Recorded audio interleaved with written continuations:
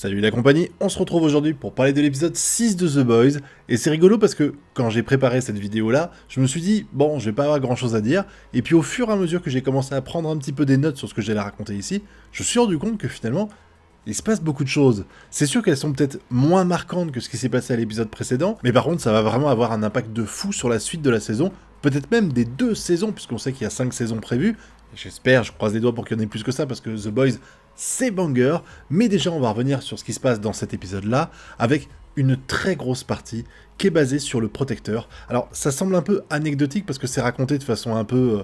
contrairement, par exemple, je pense que si on demande l'avis, les gens vont retenir le coup de l'acte sexuel entre Yui, Ashley et Tech Paladin, mais finalement le plus important pour moi dans ce passage-là, dans cet épisode-là, c'est clairement le passage avec le protecteur qui veut littéralement faire un coup d'état. Il veut dégager, alors l'autre là qui est anti-super, etc., pour mettre Neumann à la place, Neumann qui est censé être son vice-président dont il essaie de se débarrasser comme c'est pas permis, et en fait lui il va tout faire pour la catapulter en haut de l'affiche, et du coup il va réunir les fameux 1%, les 1% des 1% comme il dit, pour qu'il ait leur soutien, afin de savoir si oui ou non ils allaient valider un complot politique pour prendre le pouvoir. Alors on se doute bien que c'est Sister Sage qui est derrière tout ça et qui a tout planifié ici, mais c'est lui qui gère ça parce que Sister Sage, elle est pas en état de le faire. Elle vient de se faire tirer une balle dans la tête par Mother Milk, et du coup, elle est en mode lobotomie totale, ce qui fait que Neumann va prendre l'ascendant et s'approprier un petit peu tout ça. En fait, elle va sauver le protecteur. Et c'est intéressant parce que jusqu'à présent, on voyait Neumann comme quelqu'un qui essayait à tout prix de buter le protecteur. Et en fait, après ce passage-là, j'ai l'impression que la donne, elle a un petit peu changé. Et que Neumann, elle a compris que le protecteur pouvait lui être utile pour son ascension au pouvoir. Et peut-être que derrière, elle voudra peut-être se débarrasser de lui quand même après, parce qu'il est toujours un putain de monstre et que si jamais elle s'oppose à lui, il peut la buter en 2 secondes. Mais ça n'empêche que là, elle a gagné des points ici, alors que Sister Sage en a perdu énormément. Je sais pas si elle va survivre honnêtement à la suite de l'aventure, parce que déjà elle est pas très forte, on le sait, et en plus de ça, comme le protecteur, il l'écoutait presque aveuglément parce qu'elle était intelligente, qu'elle faisait des trucs brillants et tout, le fait que là, avec cette mauvaise synchronisation pour elle, elle était complètement demeurée au moment où il y avait absolument besoin d'elle pour faire pencher tous ces pontes politiques du côté du protecteur, et ça pourrait faire en sorte que il se dit j'ai plus besoin de toi, je me débarrasse de toi. Par contre, je trouve qu'elle joue tellement bien la conne, c'est tellement drôle. Quand ils font le signe de tête avec Neumann, avec elle continue de le faire parce qu'elle a rien compris à ce qui se passe, et que Neumann elle est là, elle fait de quoi tu parles, c'était à mourir de rire. Franchement, je trouve qu'elle joue vraiment très bien son rôle de fille intelligente et aussi son rôle d'abruti fini. Je trouve que c'est génial. Par contre, il y a une autre personne qui a gagné des points ici, c'est clairement Firecracker. Firecracker, dont j'ai aimé la discussion avec Stella, avec Annie, parce que Annie, elle lui dit un peu je pense qu'elle est sincère, Annie, quand elle dit ça. Malgré tout, elle va la planter parce que il faut bien réussir la mission. Mais Firecracker, là, ce qu'elle a fait pour le protecteur, je l'ai pas vu venir. Je l'ai pas vu venir. Quand elle a le lait qui gicle sur son visage, là, j'ai fait non, ils ont osé, ça me tue. Bon, par contre, je rigole toujours du fait qu'on est capable de nous montrer des bits comme c'est pas permis dans The Boys. Par contre, un téton, non, c'est impossible. C'est ouf. C'est ouf cette sexualisation chelou en fait qu'il y a, on voit des culs et des bites, et des culs d'hommes 99% du temps. On voit des culs d'hommes et des tubs quasiment à chaque épisode, c'est un truc de fou, mais que... Et je parle de ça, mais ça marche aussi par exemple pour des séries comme House of the Dragon, qui est en ce moment en cours de parution, c'est la même chose, mais que... Waouh, un téton, faudrait pas le montrer. Alors je dis pas ça parce que je veux les montrer, mais c'est juste que je vois pas l'intérêt de montrer une tub et je vois pas non plus l'intérêt de montrer un téton, mais je crois pas pourquoi on voit l'un et pas l'autre. Moi ça me dépasse un petit peu, mais en tout cas cette scène-là était très drôle avec elle qui explique. Alors c'est intéressant parce que j'ai toujours cru quand elle disait je veux faire n'importe quoi pour vous, je m'attendais vraiment à ce qu'à chaque fois elle le veuille coucher avec lui, clairement, et quand elle commence à se dessaper, je m'attendais à ce que ça arrive, et je me demandais vraiment quelle allait être la réaction du protecteur, parce que tu vois qu'il est pas attiré par elle, il l'envoie péter quasiment tout le temps, et elle a déjà donné des opportunités au protecteur de coucher avec elle, et à chaque fois il a dit non, donc je voyais pas pourquoi ça changerait aujourd'hui, et là en fait elle a complètement retourné la table. Elle a complètement retourné la table. Que Sister Sage avait déjà retourné un petit peu de son côté, parce qu'elle avait perdu des points, et là Firecracker en gagne tellement, elle en gagne tellement, le sacrifice si je puis dire qu'elle fait... Déjà, je me demande comment elle sait qu'il aime le lait maternel, parce que je pense que c'est pas quelque chose qui est dit partout dans les médias, mais le sacrifice qu'elle fait en mettant sa santé un peu en péril afin de produire du lait maternel pour faire plaisir au protecteur, c'était brillant. Elle vient de gagner un nombre incalculable de points à ce moment-là. La scène où il est sur ses genoux et où elle dit « bon petit garçon » pendant que lui il est en train de téter, c'est tellement drôle. Ça me rappelle vraiment, alors j'ai oublié son nom, cette fille qui est dans la saison 1, vous savez, qui a eu un enfant et que lui il a finalement tué là. J'ai un peu l'impression que Firecracker, elle pourrait gagner des points au point de pouvoir le manipuler, vous savez. Très différemment de ce qu'avait pu faire à l'époque Stormfront, mais quand même pouvoir avoir l'ascendant sur lui. Et la question que je me pose, si jamais ça devait arriver, c'est dans quelles conditions ça se passerait? Qu'est-ce qui se passerait? Où elle en profiterait? En quoi elle profiterait du protecteur pour obtenir ce qu'elle veut? Vraiment, je suis curieux d'en apprendre plus sur cette relation un petit peu malsaine, même si le plus important vraiment dans cet épisode-là pour moi, c'est quand même le passage avec le protecteur et le coup d'état, parce que... Alors, c'est très différent de ce qui se passe dans les comics. Sans vous spoiler, dans les comics, effectivement, le protecteur, il essaie de monter une armée, mais il veut avoir le pouvoir, il veut l'avoir en profitant du pouvoir des super, plus que en essayant de faire le jeu politique et tout ça. Je trouve que c'est plus réaliste, ici, dans cette version-là, mais je me demande dans quelle façon c'est fait. C'est quoi son objectif, en fait? Parce que il pourrait déjà dominer le monde s'il le voulait, le protecteur. Donc, pourquoi... Enfin, je sais qu'il veut le faire comme ça parce que il a un besoin pathologique d'être aimé et que c'est plus simple, en fait, d'accéder au pouvoir de façon légale plutôt que de le prendre par la force. Les gens l'apprécieront plus s'il le fait de cette manière-là. Mais c'est vrai que c'est un petit peu bizarre, la façon... Enfin, c'est pas que c'est bizarre, mais c'est que pour un mec qui a pas vraiment appris la patience, le voir faire ça, c'est assez surprenant. Mais après, c'est parce que Sister Sage, elle doit être derrière et elle doit lui donner des conseils, forcément. Par contre, Ryan, on sent qu'il est maintenant là où, au début de l'épisode précédent, tu le sentais vraiment en conflit avec le protecteur. Là, on a vraiment l'impression qu'il est assez fusionnel avec lui. C'est intéressant, encore une fois, j'en ai déjà parlé dans la review précédente, mais je suis curieux de savoir comment va évoluer la relation avec Ryan. Qu'est-ce qui va se passer? Parce qu'on sait que Ryan, à un moment donné, va faire un choix entre Butcher et le protecteur. La question, c'est quel choix il va faire. Mais là, c'était un peu suggéré que le fait que le protecteur avait déjà réussi à faire glisser Ryan de son côté, en trouvant un petit peu une façon de le manipuler, et ben ça a continué ici, clairement. Et on va avoir, il faut en parler un petit peu, c'est obligatoire, le passage avec le faux Spider-Man. Oh là là, je sais plus son nom, c'est Web quelque chose là, mais oh, c'est dégueulasse. Oh là là là là. Bon, déjà, on a tout le délire où il veut se faire enfoncer tout dans son trou, là. Il a un autre trou pour faire les toiles d'araignée, là. Lui, ça vient pas des miens. Ça vient de derrière un peu au-dessus de son fion. Et surtout, on comprend pourquoi Tech Paladin l'a invité dans sa petite sauterie. C'est parce qu'il veut en faire son esclave sexuel à la place de l'autre, là, qui a l'air d'être bien revanchard. Hein. Vu ce qui se passe à la fin, il est bien revanchard. Et il va prendre sa place, Yui. Ce passage-là, en fait... Il est vraiment là pour divertir. En fait, c'est un peu ce que je reproche à cet épisode-là, c'est que j'ai l'impression qu'on a passé beaucoup de temps sur tout cet aspect de l'infiltration de Yui, qui n'était pas forcément le passage le plus intéressant qu'il y a eu. Et derrière ça, en fait, on a eu moins les trucs importants, parce que pour moi, le coup d'état du protecteur, c'est le truc principal. Il y a aussi Butcher un petit peu, l'intrigue avec Kimiko, on y reviendra après, mais ce passage-là, c'était presque anecdotique, et pourtant, je suis sûr que si on demande aux gens leur avis sur cet épisode-là, de résumer en un truc, ils vont tous parler de la scène de sexe, tu vois. Avec Ashley qui va venir là pour tripoter Yui. Bon, c'était très drôle, franchement, c'était très drôle. Et puis à la fin, bon, Tech Paladin, il est malin, il arrive à trouver un moyen de comprendre le stratagème et qu'en fait, ils se sont fait plus ou moins berner. J'ai bien aimé comment ils arrivent à se rattraper suite à ça, avec lui qui est attaché, mais qui est tellement maso en fait qu'ils ont beau le frapper, il est là, oh oui j'aime ça et tout. C'est trop drôle le moment où le mec se libère et où il donne les clés pour réussir à toucher la corde sensible de Tech Paladin, qui est visiblement l'argent, hein. Genre, oh mon dieu, donne pas d'argent à Black Lives Matter et tout, c'était très drôle vu comment ça a été fait. Par contre, ouais, il veut se servir des prisons de Tech Paladin pour enfermer les dissidents. Tu sens que la dictature, elle est proche, là, et que c'est beaucoup plus alarmant que ce qui était prévu, parce que il pensait que Neumann allait monter au pouvoir, et qu'elle allait juste contrôler un petit peu tout et n'importe quoi, parce que voilà, c'est son rôle, mais pas forcément qu'elle allait abuser de son pouvoir. Là, clairement, le protecteur est en train de créer une dictature en se servant de Neumann.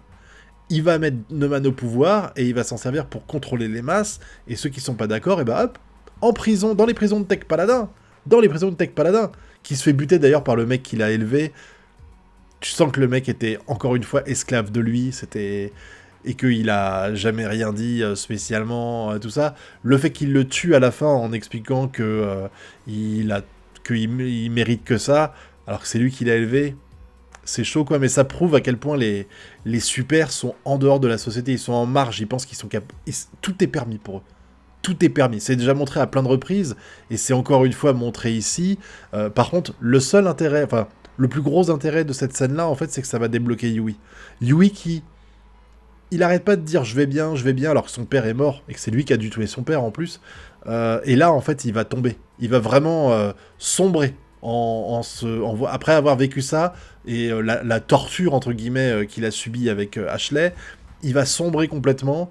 Et c'est intéressant, j'attends de voir ce qui va se passer pour la suite, parce qu'en fait, ils sont tous en train de sombrer. Là, tu te dis, on n'a jamais été dans une situation aussi catastrophique. Hein ? D'un côté, t'as Annie qui a perdu ses pouvoirs, plus ou moins. Elle est plus capable de faire de l'électricité, là, entre guillemets, de la lumière. De l'autre côté, tu as Mozamil qui vient de faire une crise de panique et où on lui a expliqué clairement qu'il devait arrêter de travailler.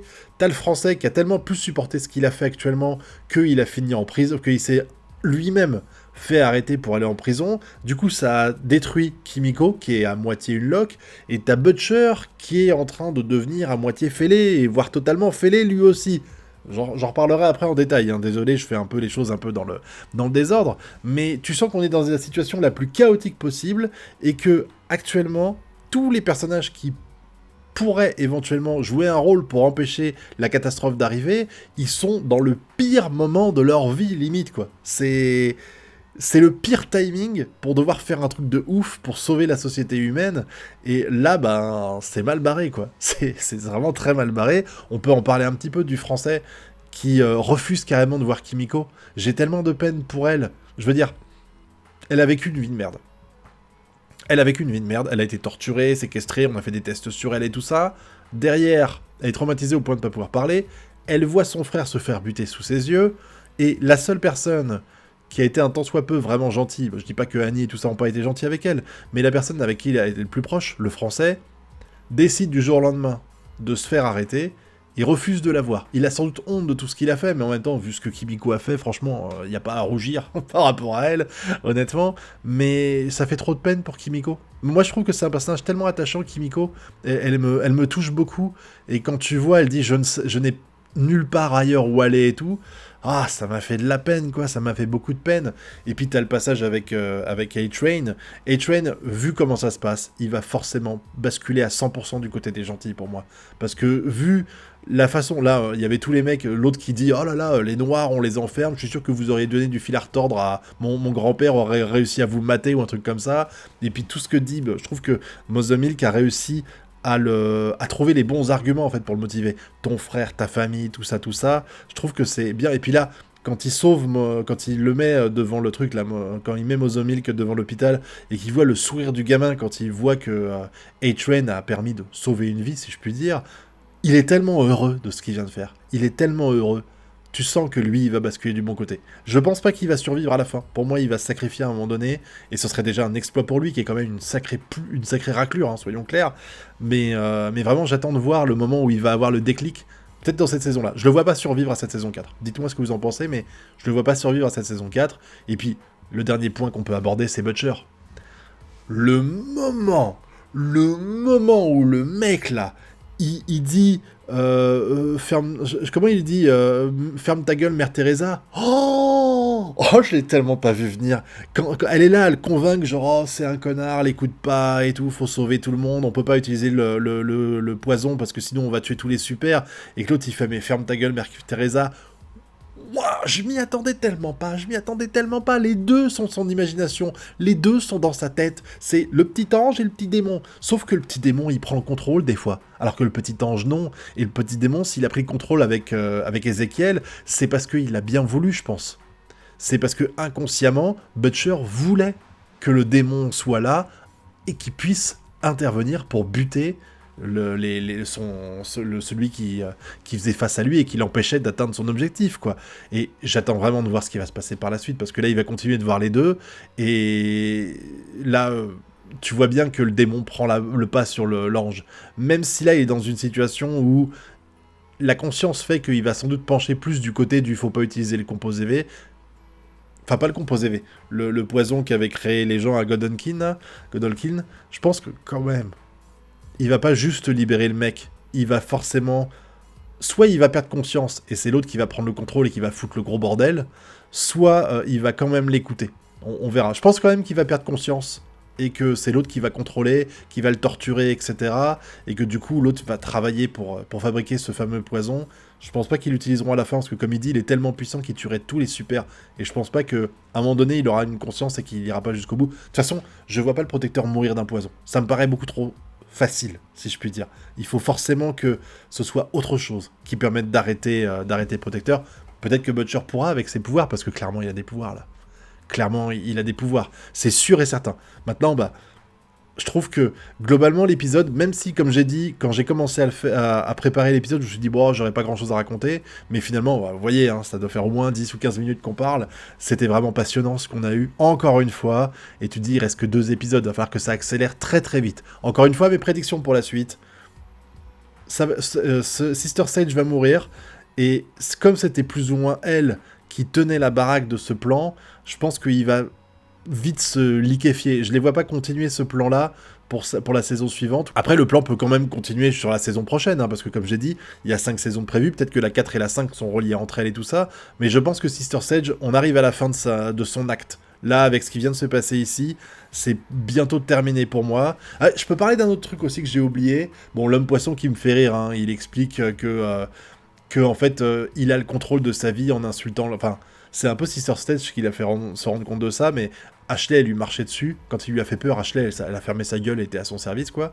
Et il a compris que, en fait, si on tuait des gens, ça le faisait bander Black Noir, c'est ce qu'il expliquait. Bon, quand il dit qu'il est grand copain de Black Noir, faut arrêter de se foutre de ma gueule, hein. Mais c'était intéressant de voir qu'il explique que, bah, il faut juste s'en foutre, en fait.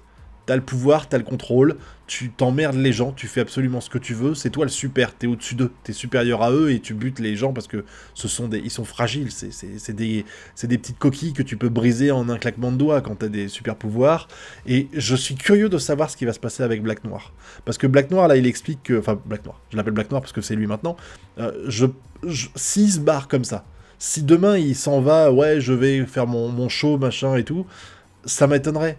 Ça n'apporterait rien du coup qu'il soit venu. Enfin, à part le fait de faire un peu l'épouvantail pour faire croire qu'il y avait encore Black Noir dans l'équipe, ce serait vraiment dommage en fait que ce soit juste ça. Faut à un moment donné qu'il intervienne pour faire un truc. On verra ce que c'est. Il s'est volé, il a dit. Ça va servir à un moment donné. J'espère, en tout cas. Mais bon, c'était rigolo quand il a dit qu'il y avait que des dessins du restaurant où on avait vu qu'il était un peu toc-toc Black Noir. Là. Il voyait s'animer les petits personnages de ses dessins.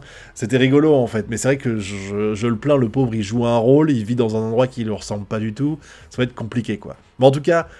Épisode excellent, vraiment encore une fois très très très bon épisode, et j'attends que vous me donniez votre avis sur ce qui va se passer pour la suite dans la zone commentaire, et votre avis sur ce qui s'est passé dans cet épisode là également, hein. Puis vous connaissez la chanson, pouce bleu, abonnement et partage, et nous on se retrouve bientôt pour de prochaines vidéos. Tchuss!